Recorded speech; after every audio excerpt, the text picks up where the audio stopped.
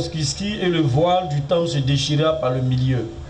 Jésus s'écria d'une voix forte, « Père, je remets mon esprit en tes mains. » Et en disant ces paroles, il expia. Le centenier, voyant ce qui était arrivé, glorifia Dieu et dit, « Certainement cet homme était juste. » Alléluia. Alléluia. La Bible dit qu'il était environ la 6e heure. Environ la 6e heure. Il eut des ténèbres sur toute la terre jusqu'à la 9e heure. Alléluia. Mais qu'est-ce qui s'est passé pour qu'il puisse avoir des ténèbres sur toute la terre? Aujourd'hui, le thème de ce programme, c'est « Lève-toi et marche ». Alléluia. Mais avant de dire à quelqu'un de se lever et de marcher, c'est qu'il y a une situation précédente, n'est-ce pas? C'est qu'il y a quelque chose qui s'est passé et puis cette personne s'est trouvée dans une situation où elle ne peut plus se lever pour marcher. Alléluia.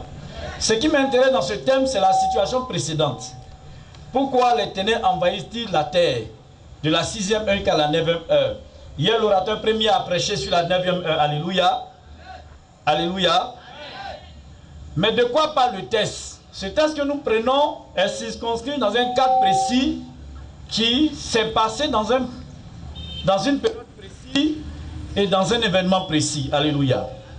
C'était lors de la déportation de Jésus. Alléluia. Il a été pris, il a été mis dans des prisons, il a été frappé, il a été humilié, il a été insulté, il a été injuré.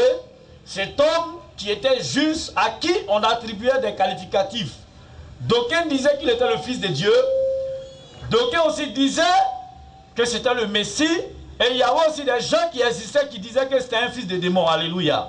Quoi qu'il en soit, dans les deux cas, il était confronté à des propos qu'on lui attribuait, mais qui n'étaient pas souvent vérité. Alléluia. Nous le constatons de nos jours. Tantôt les hommes de Dieu sont dénigrés, sont critiqués.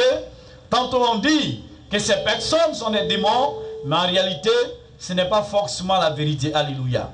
Et quand Jésus a été pris, pourquoi un homme qui n'a ni frappé, qui n'a ni fait une rébellion, qui n'a ni injuré, quelqu'un qui prend son temps à guérir des malades, à opérer des miracles, puisse être l'objet d'une mascarade à telle enseigne que des sacrificateurs se mettent à vouloir le tuer. Alléluia. Mais en réalité, physiquement, il fallait que des gens soient armés pour le déstabiliser, pour le détruire. Mais en réalité, spirituellement, la présence de Jésus dérangeait tous ceux qui voulaient sa mort. Alléluia.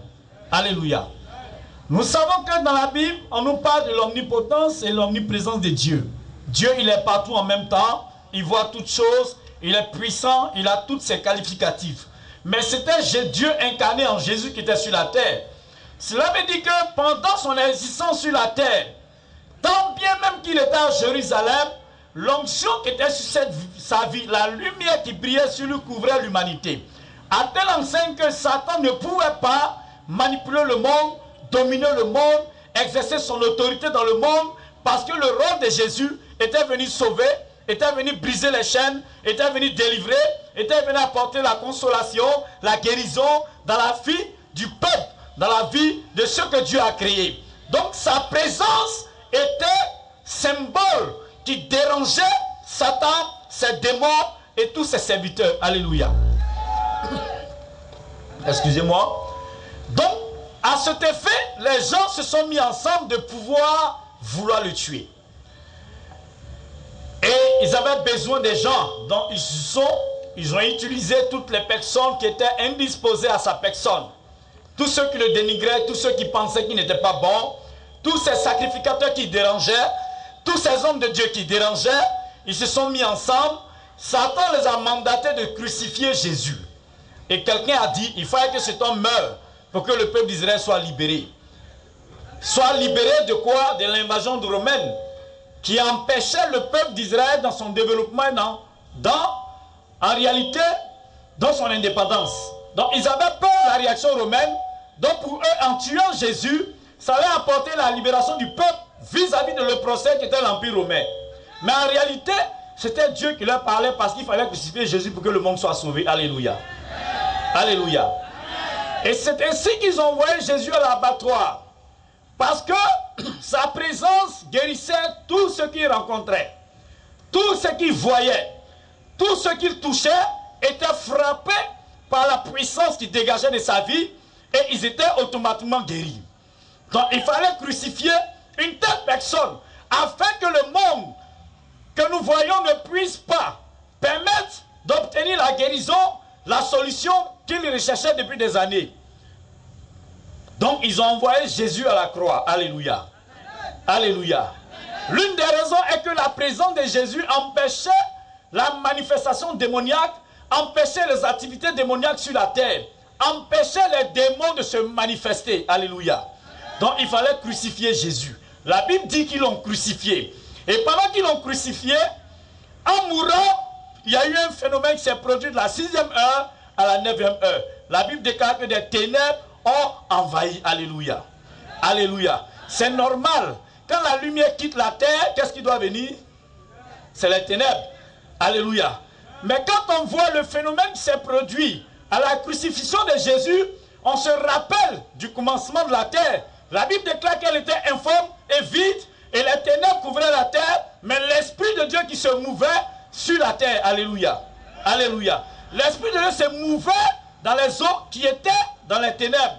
Mais quel était le rôle de cette puissance? Quel était le rôle du Saint-Esprit pendant qu'elle se mouvait dans les eaux et que ces eaux étaient dans une étendue qu'on appelle espace ténébreux? Mais en fait, le rôle du Saint-Esprit était d'empêcher l'activité démoniaque de prendre possession de tout l'univers. Alléluia. Alléluia.